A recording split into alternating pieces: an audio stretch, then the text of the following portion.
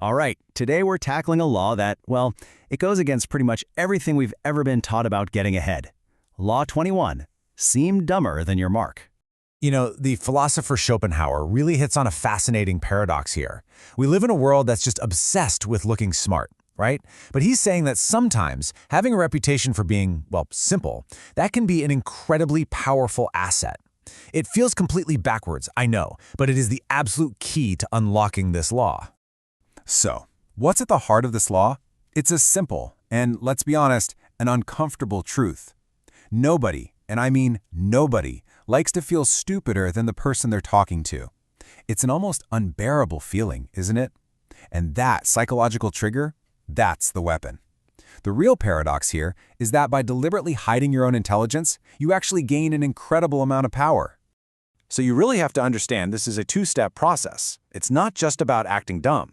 First, you have to consciously, deliberately make the other person feel intellectually superior to you. And then, second, that feeling of superiority you've given them, that becomes the perfect smokescreen. It completely disarms their suspicion. It shuts down their critical thinking. Okay, so to see this law in just spectacular action, we've got to go back in time. We're going to look at one of the greatest cons in American history, the Great Diamond Hoax of 1872. I mean, the setup for this was just meticulous.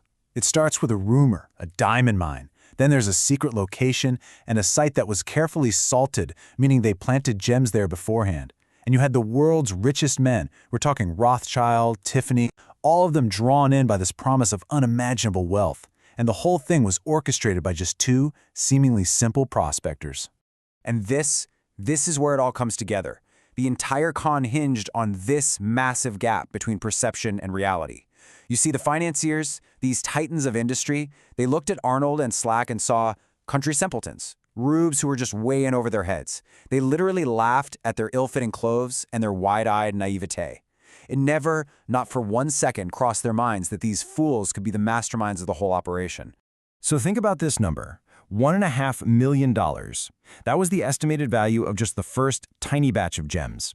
In 1872, that was an absolutely staggering figure. That was the bait, and it was more than enough to hook the most powerful men in the world, igniting their greed and just completely clouding their judgment.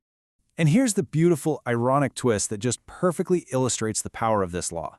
The financiers thought they were the smart ones. They thought they were playing these hayseeds, trying to trick them into selling the mine for way less than it was worth. They were so utterly convinced of their own intellectual superiority that they became the easiest marks you could possibly imagine. $700,000. That was the final price for a completely worthless patch of dirt. And you can bet the prospectors gladly accepted that enormous sum and then promptly vanished. The result?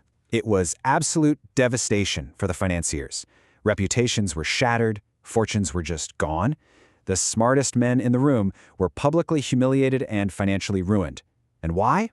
All because they underestimated the intelligence of two men who are masters at appearing dumber than they really were. I mean, the story itself is incredible, right?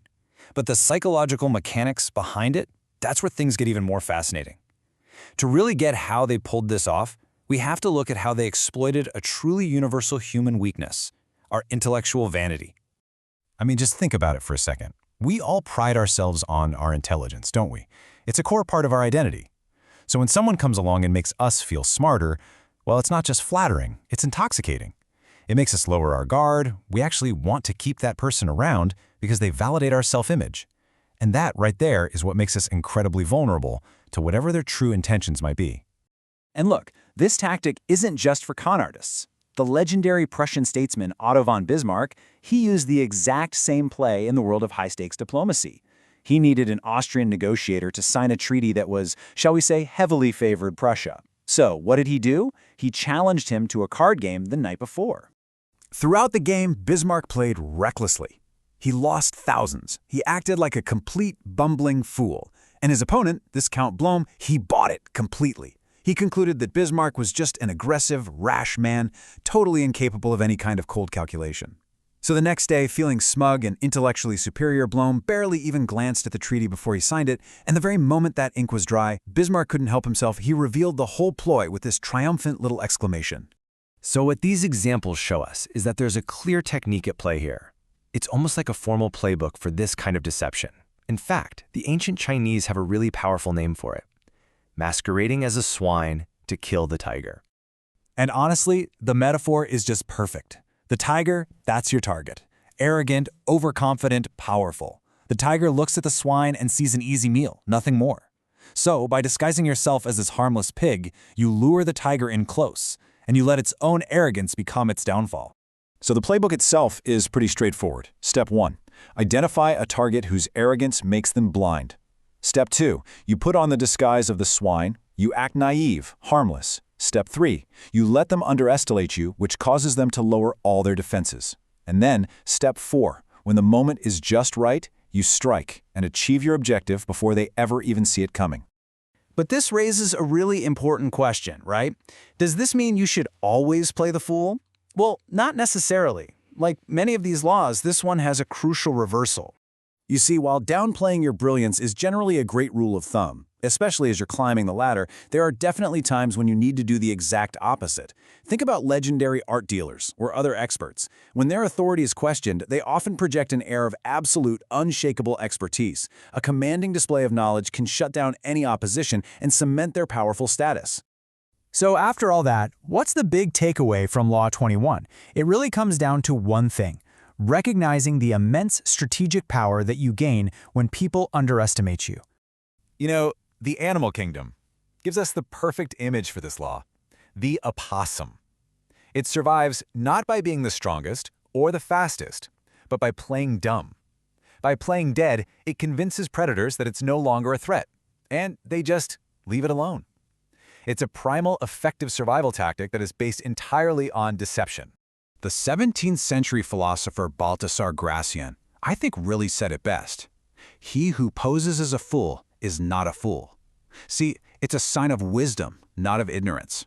It's a kind of social camouflage that lets you observe, plan, and act, all without attracting unwanted attention, or, importantly, provoking envy. And that really leaves us with a final thought to chew on. Look around at the dynamics in your own world. Who are the people whose arrogance and self-assuredness make them completely blind? The real question this law asks isn't just whether you can spot the tiger, it's whether you have the discipline and the strategy to play the swine.